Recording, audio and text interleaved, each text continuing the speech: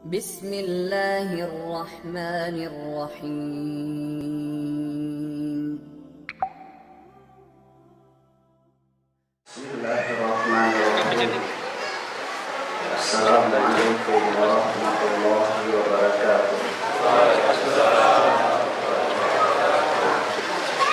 Alhamdulillah, wassalatu wassalamu ala rasulillah wa ala alihi wa ashabihi wa man tabi'ahum bi ihsanin ila yaumiddin.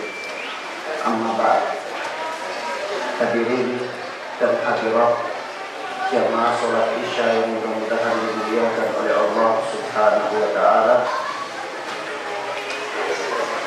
Pertama-tama kita panjatkan puji dan syukur kehadirat Allah atas limpahan nikmat dan karunia yang Allah berikan kepada kita, sehingga kita sempat bertemu di tempat yang mubarakah ini, tidak lain dan tidak bukan kecuali hanyalah untuk melaksanakan sebahagian kewajiban dari sekian banyak kewajiban yang Allah embankan ke pundak kita.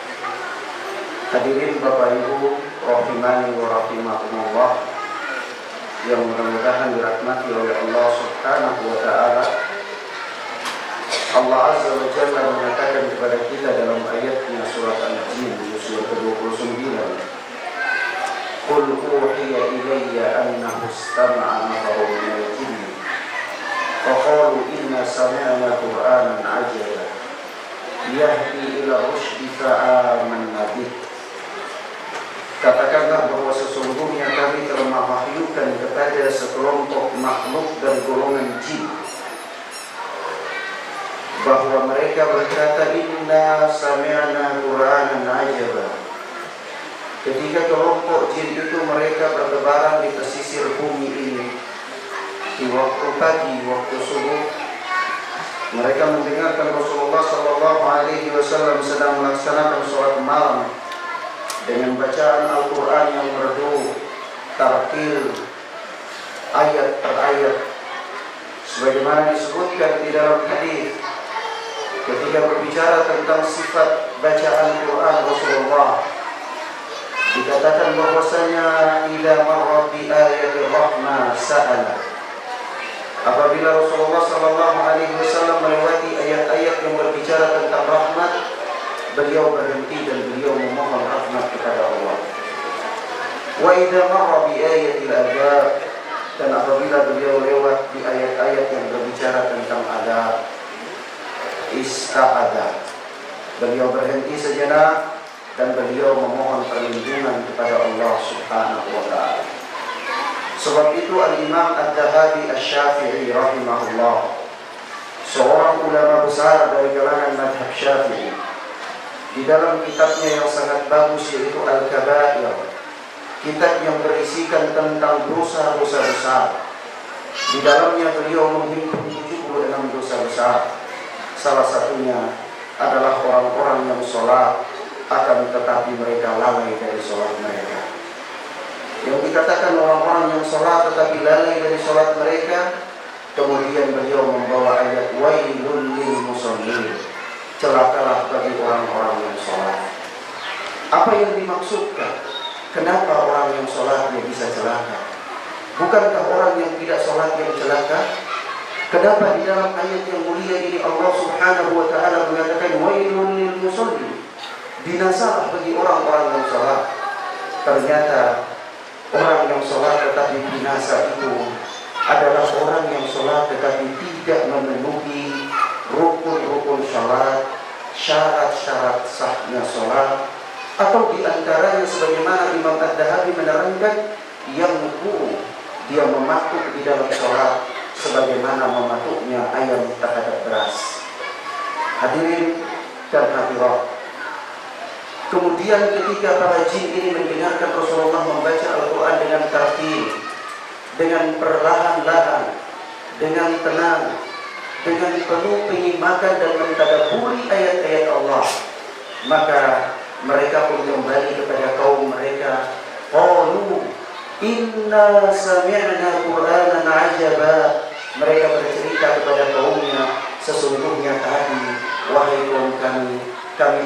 mendengarkan bacaan Al-Quran yang sangat menakjubkan. Yahdi ila rusdi fa'amanna bih. Ayat-ayat Al-Quran itu memberikan petunjuk, membimbing manusia kepada jalan keselamatan. Fa'amanna bih, maka kami pun beriman dengannya. Hadirin dan hadirat, jin saja ketika mendengarkan bacaan Al-Quran mereka beriman dengannya.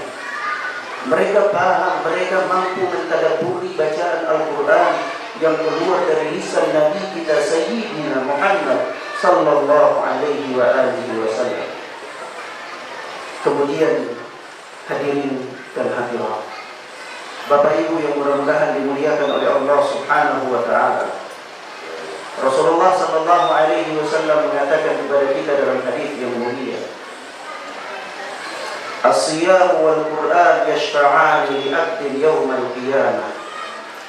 Sesungguhnya puasa dan Ramadan itu kedua hal yang akan datang pada hari kiamat untuk memberikan syafaat kepada seorang hamba, di mana puasa itu akan berkata, Ya Rabbi, wahai Allah, mana'tuhu, saya telah mencegah orang ini dari makan dan minumnya, ya Allah. Fasyaf'ini, maka berikanlah aku hak untuk memberikan syafaat kepadanya. Begitu juga Al-Quran. Dia mengatakan, Ya Allah, saya telah mencegah orang ini dari tidur di malam hari, ya Allah. Dia sibukkan dirinya untuk membacaku dan mengkhatamkan bacaan Al-Qurannya, terlebih-lebih dalam bulan Ramadan. Maka berikanlah aku hak syafaat, agar aku dapat memberikan syafaat kepada dia. Di dalam hadis yang lain Rasulullah sallallahu alaihi wasallam mengatakan, Iqra'u al-Qur'an fa innahu ya'ti yawmal qiyamati syafi'an li ashabi. Bacalah oleh kalian Al-Quran, karena sesungguhnya Al-Quran itu akan datang pada hari kiamat sebagai pemberi syafaat bagi orang yang membaca. Hadirin dan hadirat yang mudah-mudahan dimuliakan oleh Allah Subhanahu wa taala. Maka dari itu Allah Azza wa Jalla memilih waktu yang terbaik dan memilih bulan yang terbaik di antara bulan-bulan yang terbaik, yaitu bulan Ramadan. Padanya Allah Azza wa Jalla menurunkan Al-Quran yang Allah Subhanahu wa ta'ala sebutkan di dalam Al-Quran, Syahrul Ramadan alladhi unzila fihi Al-Quran hudan linnasi wa bayyinatin minal huda wal furqan. Beberapa hari pada bulan Ramadan yang kami turunkan padanya Al-Quran. Apa fungsinya Al-Quran itu? Ternyata hudan linnas wa bayyinatin minal huda wal furqan.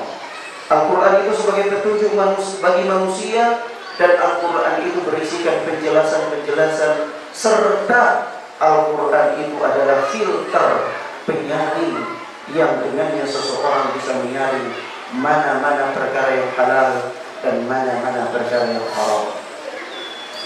Dalam ayat yang lainnya Allah Subhanahu wa ta'ala mengatakan kepada kita, Nazzala al-furqana ala abdihi liyakuna lil alamin nadhira. Tabarakalladzi nazzala al-furqana ala abdihi liyakuna lil alamin nadhira. Dalam surat Al-Furqan ayat yang pertama, Allah Azza wa Jalla mengatakan, Maha suci Allah yang telah menurunkan Al-Furqan, yaitu menurunkan Al-Quran kepada hambanya, yakni Muhammad sallallahu alaihi wasallam, agar supaya Muhammad sallallahu alaihi wasallam itu menjadi pemberi peringatan bagi seluruh alam. Hadirin dan hadirat, maka dari itu pada kesempatan yang mubarakah ini, saya kira ini beberapa hal singkat yang dapat saya sampaikan sebagai pelajaran bagi kita, dan mudah-mudahan kita dapat mengambil pelajaran darinya. Karena Allah Subhanahu wa ta'ala mengatakan, Fa'tabiru ya ulil albab, ambillah kalian itu semua sebagai pelajaran untuk orang-orang yang berakal. Di dalam ayat yang lain Allah mengatakan, Fa'tabiru ya ulil absar, ambillah kalian itu semua sebagai pelajaran wahai orang-orang yang cerdas. Ma'asyiral muslimin yang mudah-mudahan dirahmati oleh Allah Subhanahu wa ta'ala, demikianlah perkara-perkara singkat yang dapat saya sampaikan pada kesempatan yang mubarakah ini, berhubung dengan pertengahan Ramadan. Kita telah memasuki hari-hari di mana Allah Subhanahu wa ta'ala menurunkan padanya Al-Quran meskipun waktunya diperselisihkan oleh para ulama. Hadanallahu wa iyyakum wa barakallahu fikum. Semoga Allah memberikan hidayah kepada kita semua dan memberikan berkah kepada kita dalam hidup dan mati kita insyaallah. Wa sallallahu ala nabiyina Muhammad wa ala alihi wa sahbihi wa man wala. Wassalamualaikum warahmatullahi wabarakatuh.